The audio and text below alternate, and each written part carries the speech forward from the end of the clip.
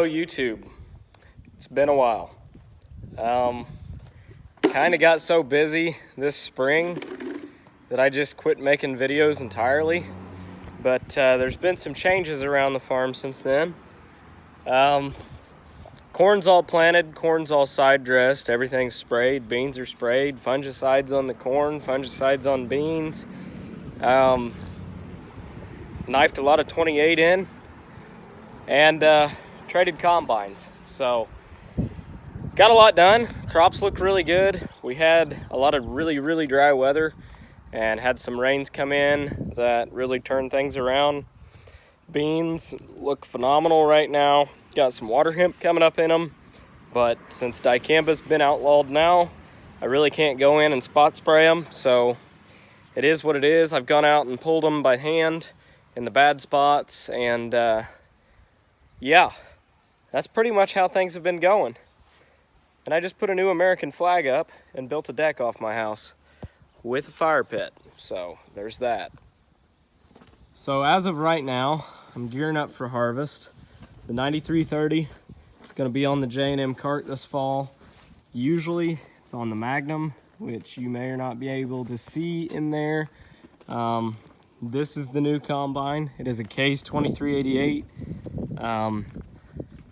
Seems to be in very good shape. I didn't take a video of it, but I've had all the shields off. All the belts and chains are good. I've actually still got this shield off. Had to adjust on the feeder house a little bit. Got a brand new drum on here. Feeder house is pretty much completely rebuilt. Had that cover off, looking up inside the rotor. The fins on the front of the rotor are good. Basically the whole rotor looks good, whole machine looks good. It's a 2006 model. Got about 2,500 separators hours on it. So it's not a new machine by any means, but it's a lot newer than that New Holland, and it'll have a lot more capacity than that New Holland. I did get a 30. All right, so midway through that video, I got a phone call, and I'm recording this on my phone, so that didn't work. Anyhow, got a 1020 Case IH head. It's an 05 model.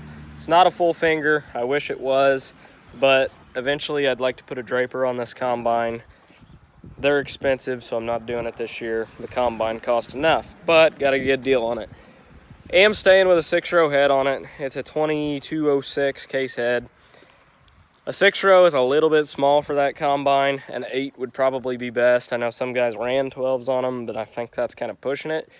So an 8-row I think would be best on that combine. However, I plant with a 12-row corn planter, 12-row planter, so wouldn't really match up that great. Especially, I think I'd be all right in the fields that are straighter and larger fields, but I've got a lot of cut up little patches where the end rows are doing this. They're curvy, S-curve fields, odd shape.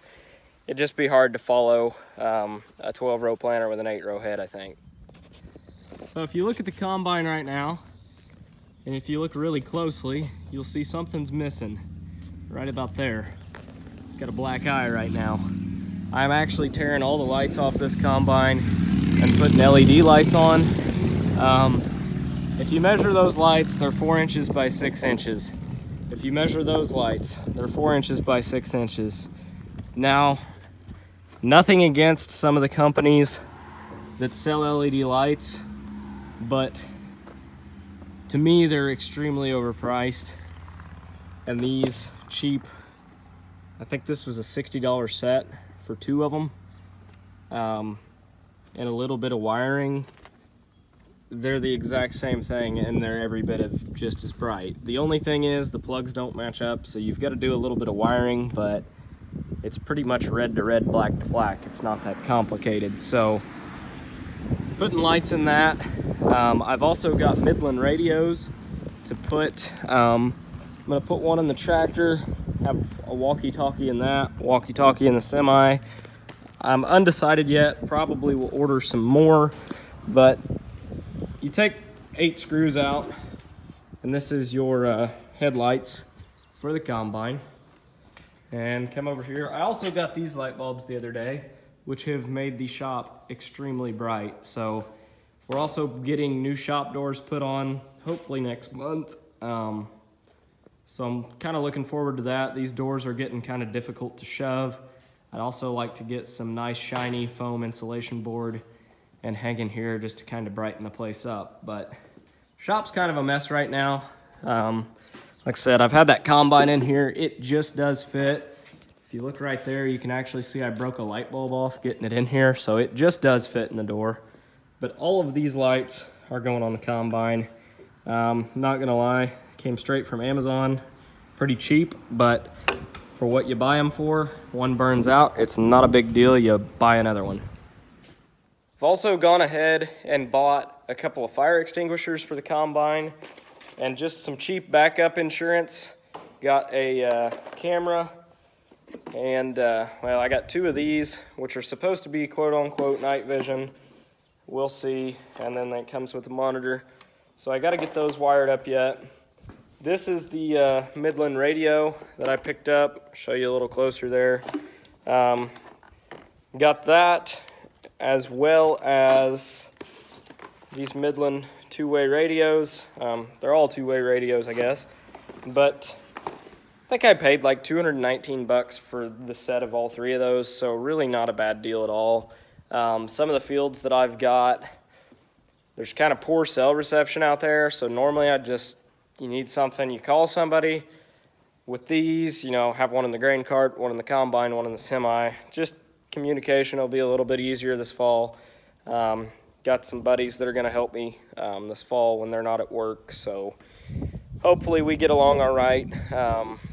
As far as, you know, weather cooperates and whatnot. As far as grain bins go, I'm looking for storage right now. I've rented some additional grain bins for this fall. Got a lot more corn this year than last year. So it's looking like I'm gonna be hauling about 40,000 bushels straight to the elevator this fall, but it is what it is. It's kind of hard to find storage. The bins that you can find around here that aren't already rented are pretty much shot or don't even have power to them. So it is what it is. It's on my list to get some more grain bins built, but everything in moderation, can't do it all in one year. So it is what it is. So I guess I'll do a little bit of a tour on this combine since it is new. Like I said, feeder house drum's new. Put new wear plates in the tilt right there. Chains are all tight. RAS bars still have paint on them, so I think they've only had about 200 acres on them. The belts and chains are good. Shaker bearings are good. Sieves are excellent. Do need to change the oil still. That's on the to-do list. I gotta go get some filters for it. Thought I had them and I didn't. That has had the oil changed on it and the fuel filters changed. I did get a little bit of bad fuel out of that thing when I changed the filter.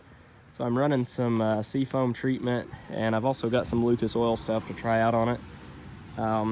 This combine does have a yield monitor and moisture sensors, which the old combine did not.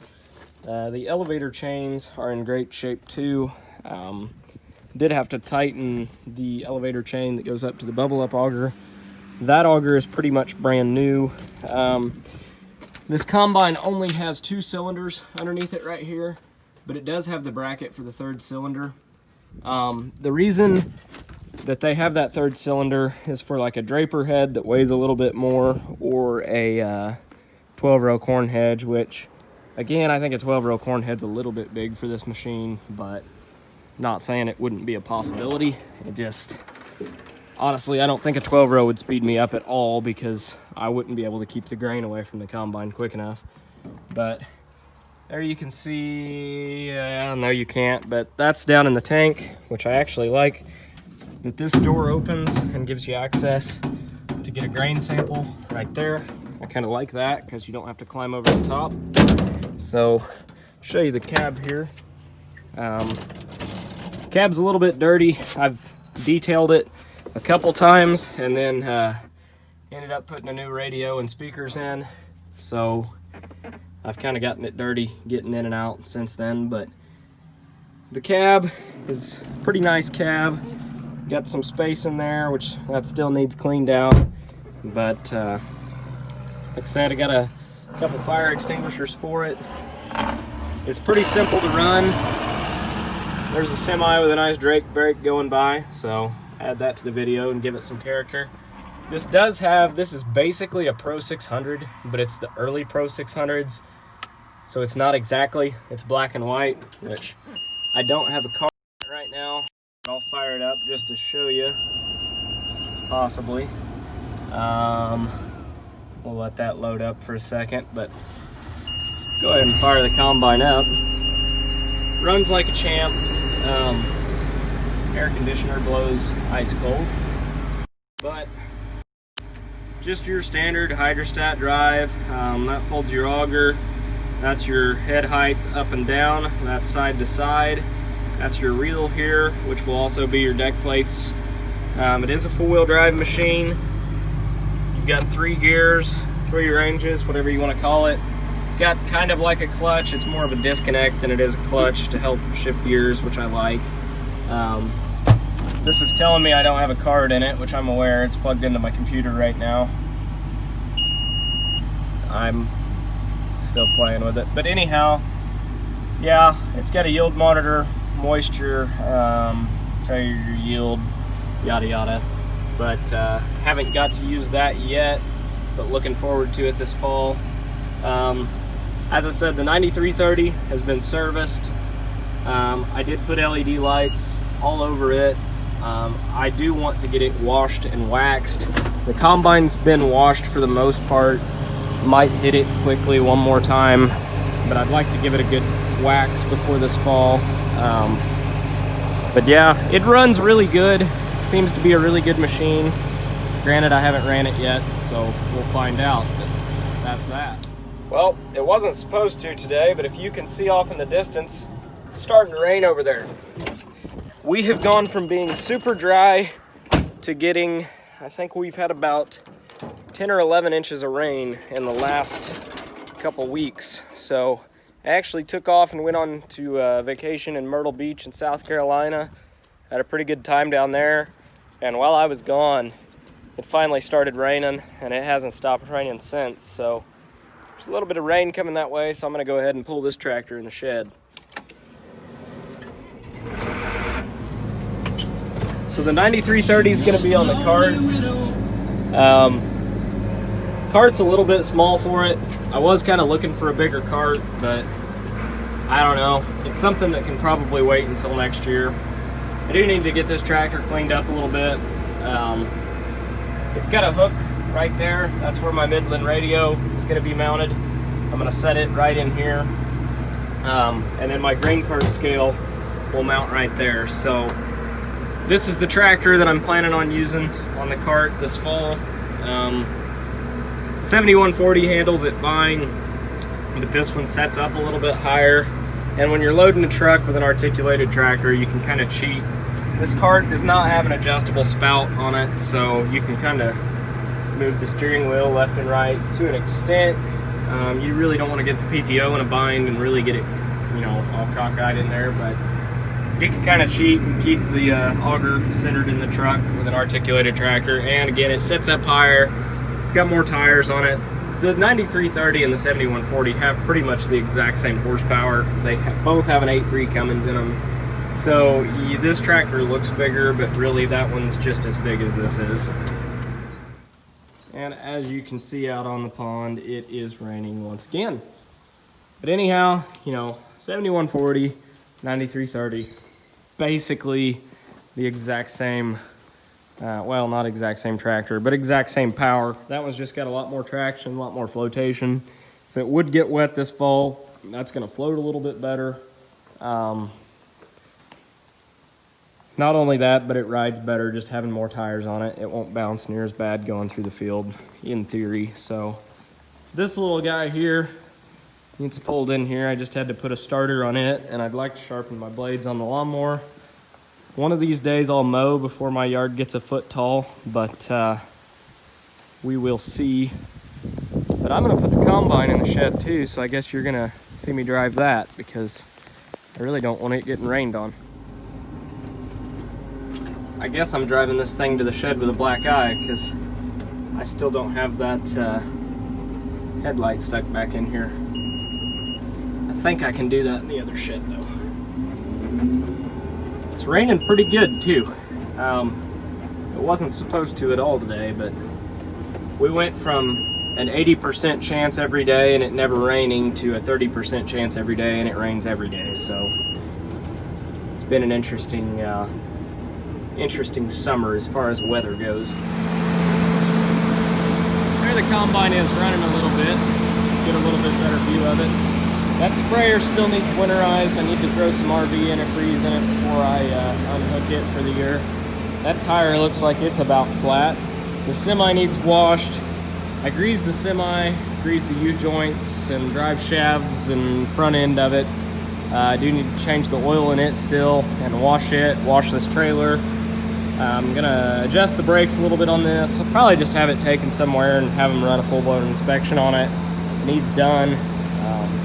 Another thing I'm gonna do is these hopper bottoms have rollers under here. I don't know if you can see them, but these rollers, these, you spray the heck out of them every year. You grease this, but those rollers just get stiff, so probably not even gonna bother spraying those because I was spraying the heck out of them last fall and last winter, and really it wasn't making any difference. So I think most of them are shot. I just need to replace them. They're fairly cheap. Did get the planter cleaned up and unhooked. I did get some more copperhead closing wheels. I liked them enough on the back 12 rows that I got some more. I've got 12 more of them to put on the front and then have an extra if I'd ever break one. This here is the bean head. It's a 1020, 30 foot, 05 model, I believe. Again, it's nothing special. It's not a full finger head, but it's all there. I have had it hooked up to the combine and it works. The only thing it's missing, the knife is good, sickle's good on it, but it is missing a couple of these tines. So I need to get that opened up and get that apart, get some of those ordered and get those replaced. But yeah, it's just a 1020 head, 30 foot, so it's 10 foot bigger than what I was running. As far as I know, they're decent heads. I know they made them for years, really didn't change much on them. So yeah, that's the bean head. And the corn head is currently in another shed. I drove the corn head home on the combine. I've already gone over the corn head. Snapping rolls are good. I tightened a couple gathering chains, oiled the head down, greased it, so it's ready to go. It's pretty simple, getting the corn head ready for fall. But yeah, it's ready to go. So probably gonna be cutting beans before I shell any corn. I did plant some beans pretty dang early this year, and I don't know where my windshield wiper is. There it is. So I figured to wrap this video up, which I'm just doing a short video, get everybody up to speed. Go and do a little crop check. So here's some soybeans, and run down the road and look at a couple fields, see what things look like. So right past the end rows, you can see that I'm getting a lot of disease pressure, quite a bit of gray leaf spot. This corn did not get fungicide on it. It's some of the smaller fields I've got. Hopefully it's not entirely detrimental to it, but it would have been, I don't know if it would have been cost effective, because as you can see, all that corn on the ground, that's from deer and raccoons. And in these smaller fields that have woods all around them, I really don't know that it had enough top end yield from the get-go, and you would have got, I mean, the fungicide would have been flown on, so they wouldn't have got super close to the trees and whatnot anyhow. But walking this corn out here, getting ready to pull a few ears. We'll pick a random ear here. Doesn't look like bad corn, but it does have some disease pressure in here, whereas the fungicide corn, not near as much, I had Trivapro flown on it, so that's the fungicide I used on most of the corn. Okay, so this corn was planted at 34,000, and with the little bit of deer damage, raccoon damage, it's sitting right around 29 to 30,000 ears an acre harvestable. So these are all 16 around. They average 38 long. They've got a little bit of tip back on them, but they are still filling out a little bit too, especially like that, still kind of filling out. But I do like to see some tip back, because if I don't see, when they fill out all the way to the end, I just kind of feel like I'm not planting it thick enough. So with that, that should put this corn somewhere between, I would say, 180 and 200 bushel, which all things considered is not that bad.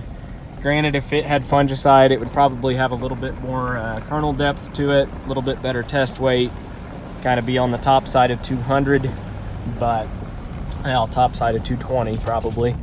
But, you know, $3 corn, it takes a lot of bushels to pay to fly that helicopter over the field and pay for that fungicide, that insecticide. So it's kind of one of those things where if corn was $4 or $5, it'd be a little bit different story, but kind of just let some of these smaller fields go this year and go without it. The good thing about that field is one of the smallest, crappiest fields I've got. It's also the last field I planted in probably the worst conditions I planted all spring. It was very wet. So for it to be 180, 200 potential corn, possibly. Granted, it's not over till the combine runs through the field, so these are estimates. Don't hold me to those. But for that to be my, what I would say, worst corn, I'm pretty happy with that. If I average 190 to 200, I'm gonna be really happy. My break even is well below that, so hopefully all that works out and these estimates are correct. But like I said, it's not over till you've ran the combine through it. I've been extremely disappointed before, and I've been extremely surprised before. So these estimates, you got to take them for what they're worth. So this corn here did get fungicide. It's got a little bit of disease pressure on it, which a lot of these spots are just from when the corn pollinated. And you know, a lot of times you'll see that black right on the leaf, but you peel it back and it's really just old pollen and stuff that's falling off the tassels. But that's a solid ear of corn right there. It's got a little tip back to it. It's filled out pretty much what it's gonna fill out, but I haven't counted that yet, but I'm guessing 18. This corn looks a lot healthier though. You can guess the brand of corn that is. There's a certain brand of corn that starts with a P that tends to do this. But that's just fungus growing in the corn. It seems to be that brand of corn does it a lot more than others. But these ears are looking pretty good. Pretty good stand out here. Not really any damage. I am walking in a low spot. It's pretty soupy right here. There's some grass coming up where I'm standing right now. But that's not the end of the world, especially this late in the game. I am going to change up my corn herbicide program a little bit next year. I'm not super thrilled with what it was this year. It's kept things fairly clean, but not completely. But it is what it is. But again, some pretty good looking corn here. Let's check back another ear. So I tried to find the best and the worst out of this field. This is 20 around, 18, 18, and 16.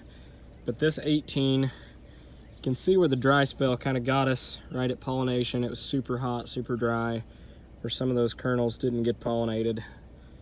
But it's putting a nice fat kernel on to make up the difference, and most of the year looks all right. So, but these other two aren't, you know, 10 foot apart from it, and they look phenomenal. So hopefully this is some pretty good corn out here.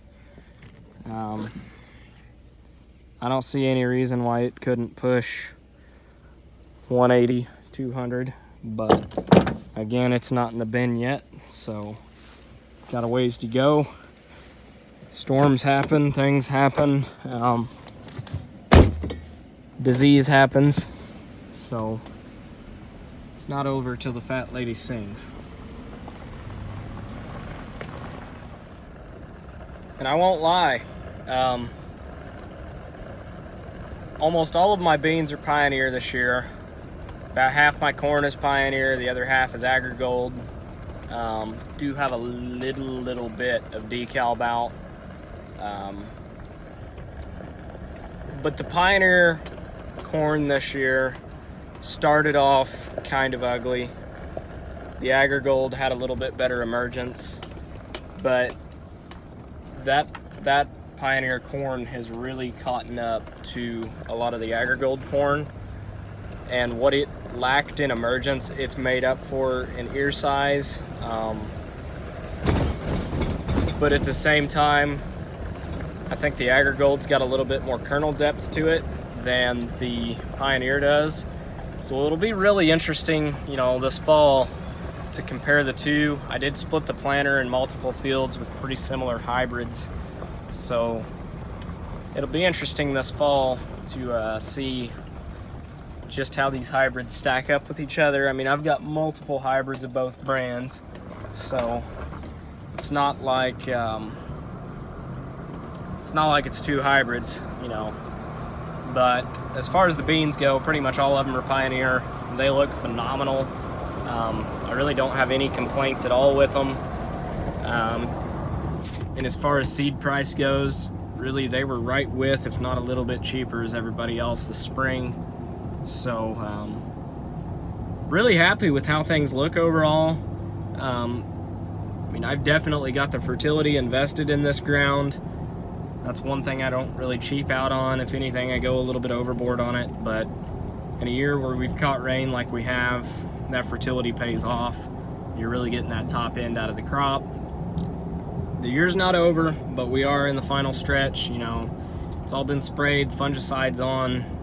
It's pretty much just waiting to dry down and mature, and well, I'd say in a month and a half, combine should be rolling. So it'll be here before I know it.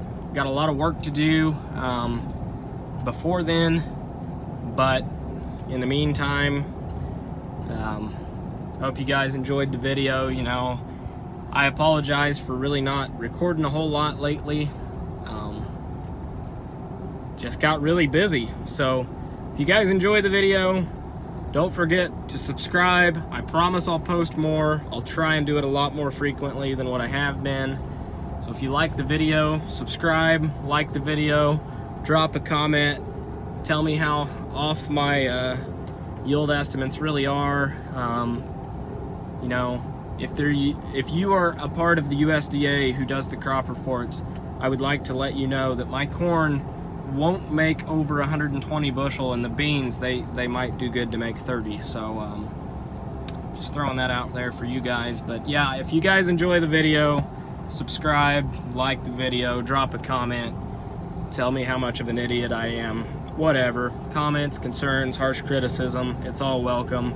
I'll laugh it off. So hope you guys enjoyed the video. Hope you guys enjoyed the crops. Hope you guys enjoy the future videos of the new combine, because I am extremely excited to get to run that thing this fall. There's a possibility I'll go shells from like 35% corn just because I'm that antsy, and I'm only slightly sarcastic about that. So in the meantime, hope you enjoyed the video.